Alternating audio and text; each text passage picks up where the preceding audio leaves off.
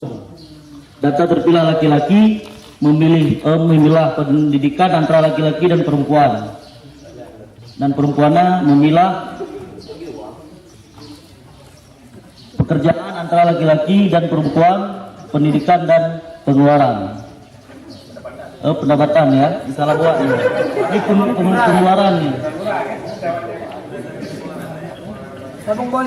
Data jumlah rumah belum tertuang ke dalam peta dan belum berupa data terpilah.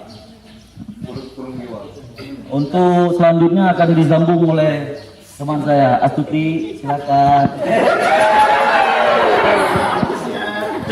Assalamualaikum warahmatullahi wabarakatuh. Selanjutnya yaitu tim 43 pembahasannya PJM responsif gender, PJM Kampung Panglima Sahman.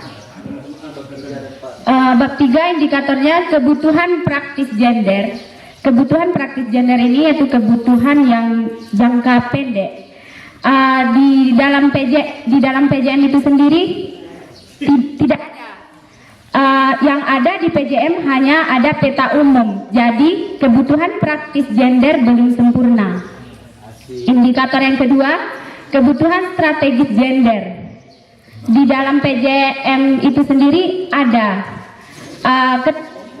keterlibatan perempuan di KSM atau di pertemuan sudah ada, akan tetapi masih didominasi oleh laki-laki.